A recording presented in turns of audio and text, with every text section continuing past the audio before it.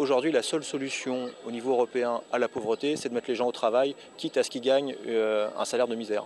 On va leur dire prenez même un temps partiel, tout euro gagné c'est toujours mieux que ce soit un employeur qui vous le donne que l'État qui vous le verse sous forme d'allocation. Donc c'est une tendance finalement à précariser les personnes qui étaient déjà précaires.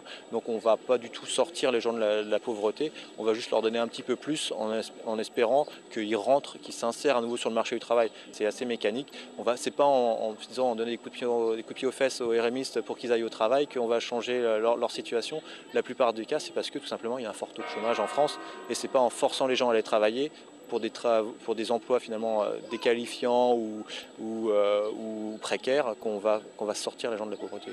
Et la politique en matière d'immigration en France, ça ne favorise pas du tout l'égalité de droit et d'accès au logement, aux soins, etc. Le fait de ne pas favoriser la régularisation de ces personnes, ça crée finalement des proches de pauvreté, de précarité, parce qu'ils ne peuvent pas aller se plaindre au commissariat d'être mal logés. Forcément, ils sont sans papier, donc ils ont qu'une seule trouille, c'est de se retrouver dans le prochain charter pour leur pays d'origine. Nous, les solutions, elles sont connues, on ne dit rien d'extraordinaire. Hein.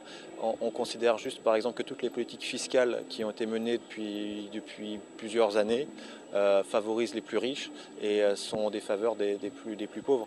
En réduisant l'impôt sur le revenu, en créant un bouclier fiscal et en créant en plus vous savez, il y a des franchises médicales, va y avoir des hausses de CSG, ce genre de choses. Finalement, on taxe plus les moins riches, on taxe moins les plus riches. Qu'est-ce qu'on fait? On détruit une partie de la redistribution qui permet justement, cette redistribution, de réduire la pauvreté en France.